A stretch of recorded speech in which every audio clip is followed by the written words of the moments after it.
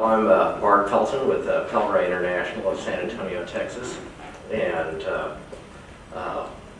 David Parr contacted me a few months ago and asked if I'd like to do a presentation on Broom Corn for you. It's many of our companies, not very many of our companies still manufacture corn brooms, but very many of our companies still sell corn brooms and have corn brooms in their product line, and I wanted to talk about why they're special and why they're a valuable part of your product line. And of course I told Dave Parr that my partner Ray LeBlanc would be happy to give this presentation. And then I told Ray he needed to get ready for it. He says, "Bart, I'm not coming out until Thursday." I said, "Well, I'm playing golf on Wednesday, Ray. You gotta come here." Besides, the meeting isn't until Saturday. No, they've moved the meeting, it's on Wednesday. So here I am. I'll start at the beginning. By the way, our family, the Pelton family, has been in the broom and broom corn business or industry since 1900. So how do you get into this position? It's just kind of in your DNA. And our companies and our background is originally in corn brooms before we got into servicing and supplying mop and brush manufacturers. Anyway, so we'll start out.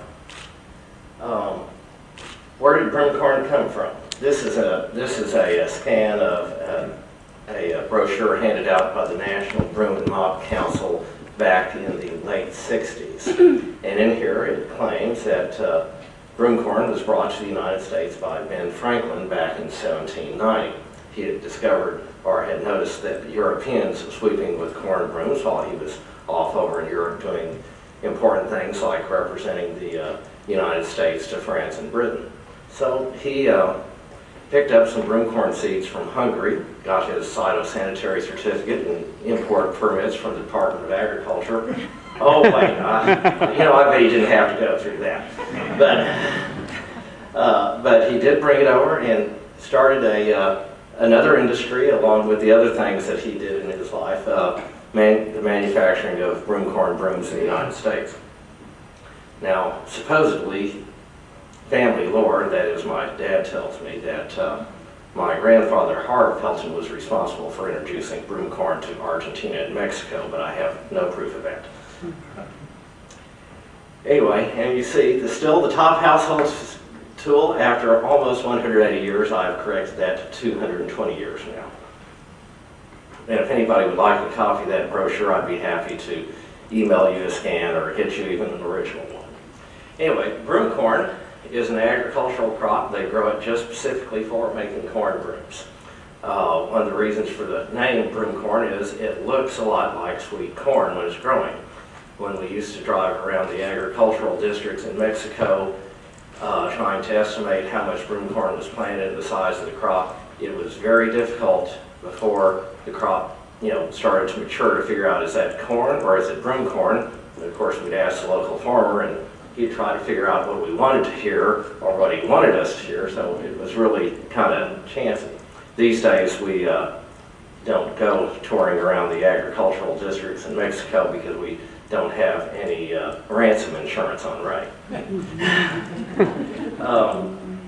Anyway, it looks like corn. It's mostly grown these days. You can grow it in most places in the United States. It used to be grown in New York and Illinois, Kansas, Iowa, in the late 60s and 70s, Texas, Oklahoma, New Mexico, Colorado. But these days it's mostly grown for our industry in northern Mexico around the city of Torreon. And that's not supposed to be there. Hold on just a sec. We'll get back to the broom corn. And there's a field of broom corn we had growing in Africa a few years ago. Unfortunately, unlike Ben Franklin, we did not ever get an export permit, and I think that broom corn is still sitting in Africa today. And there's my esteemed partner, Ray LeBlanc, harvesting broom corn, or at least demonstrating how broom corn should be harvested. If you notice, these are fully mature plants, and you see tassels of broom corn growing out of the top of the plant. And that's, we harvest it, or it's harvested in North America before the seed is mature, and that way when it dries, it has a nice green color to it. Over in Europe, they let the seed mature before they harvest it, and it tends to be a brownish color. The Europeans think that's what broom corn is supposed to look like. We think it's supposed to look green. And that's why it's always a challenge to import broom corn from Europe, because it's never the right color. Well, now that we talked about growing broom corn and everything, what makes broom corn a great sweep? Well, versus, say, natural fibers, broom corn is tapered. It's bigger at the butt end where it's wound against the handle. It's thinner at the tip, which means it's going to flex like a bow and arrow for sweeping and spring back into shape. Then the next thing on broom corn, and I've got some samples that we can pass around here, the tip of broom corn has a lot of tiny fibers, some of which you can't see without a microscope, at least a magnifying glass. You can feel it. It feels rough at the end. Those fibers will pick up dust, lint, hair, and so forth, and I call it the original microfiber before microfiber was cool. Not only that, once you sweep with broom corn broom, you can shake it and knock the dust out of it, or a lot of dustpans have a serrated edge on it where you can knock the end of the broom against it and it releases all that's on it and it's clean. In addition to that, I'd like to say broom corn is self-cleaning, because as you sweep the broom, a little bit of the fibers break off and wear off on the end with the other stuff that you're cleaning. So the tip of the broom corn broom remains clean.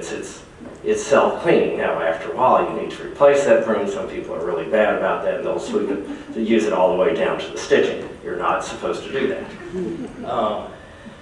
The next thing, we're a lot more environmentally sensitive these days, and broom corn is definitely environmentally sensitive. It is biodegradable. You burn it, it turns into ash. You can compost with it, and it's definitely sustainable. If the market needs more broom corn, that means prices are high. The farmers will grow more broom corn. So, it's definitely a very green product in that. The other thing, modern synthetic fibers, which probably constitutes the bulk of the upright broom, well, it does constitute the bulk of the upright broom market these days. Synthetic fibers use things like natural gas, petroleum for their feedstock. Fossil fuels, that means they're fossil fibers. And that's okay, I don't want to say anything too negative about them. We sell fossil fibers too. And here's a picture, a close-up picture of the tip of broom corn. You see it's all wavy and everything, and there's a bunch of little fibers coming off those stalks and everything that makes it, ideal for sweeping. Then I'm going to pull out my broom corn samples.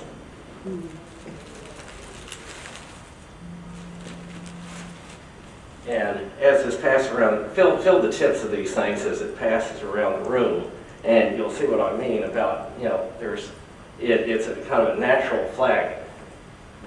Would you start one on each side, please?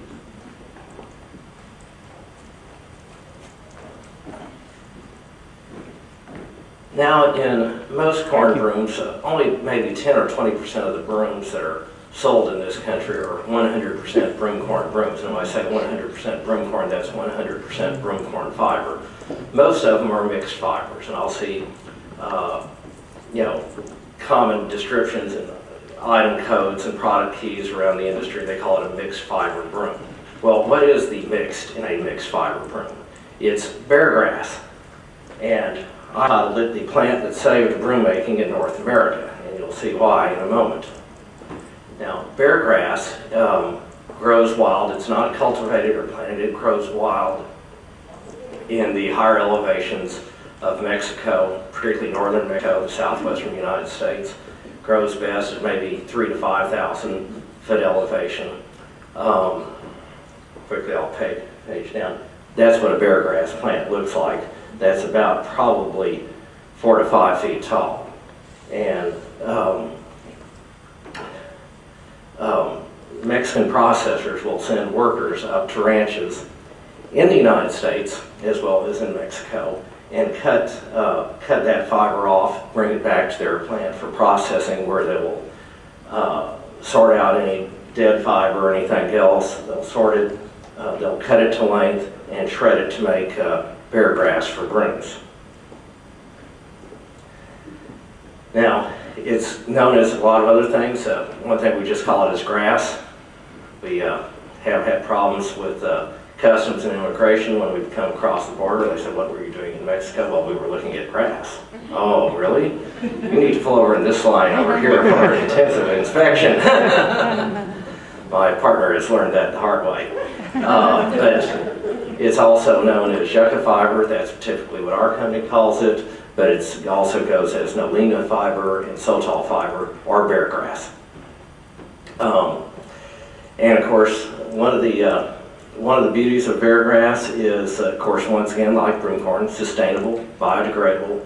You don't kill the plant when you cut bear grass, and in fact, you can go back to the ranch or the public land where it was cut.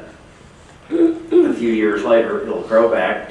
How fast it grows back depends on how much rain they get, and in the southwestern United States, rain is you're always on the borderline of a drought in the southwest. But if you get good rains, you can go back to the same ranch in 2 or 3, 4 years, cut the same plant all over again, and make more bear grass fiber. Now, it tends to be stiffer than broom corn, so you can mix it with broom corn in a broom to make it stiffer sweet, which is good for some purposes.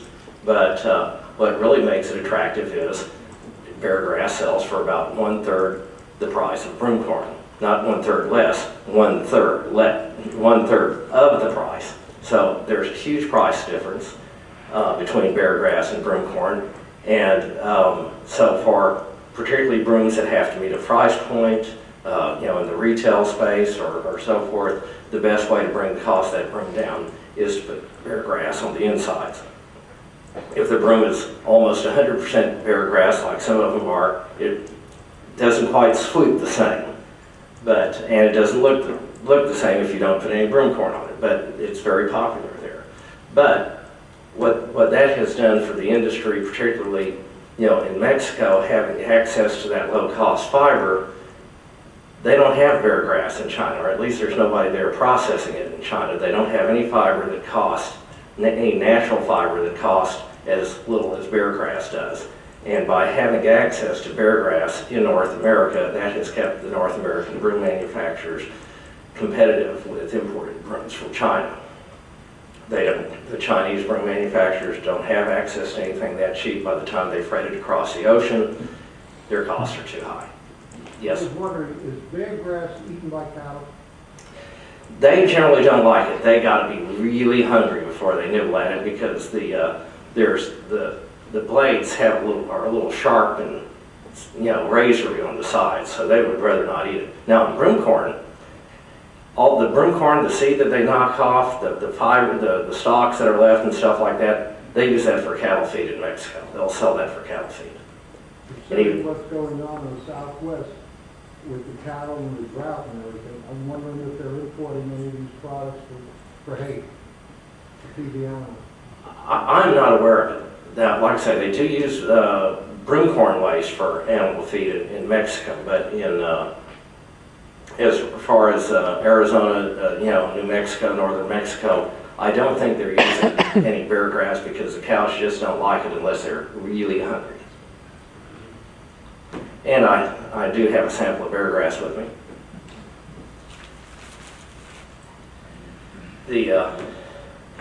Like I say, it's not as pretty as broom corn, and if you're not careful, they shred the leaves to make it a little bit finer like this, but if they over shred it, the fiber will break in the middle and this will shred. So that's something it'll shed more than broom corn, and that's one of the drawbacks of bear grass.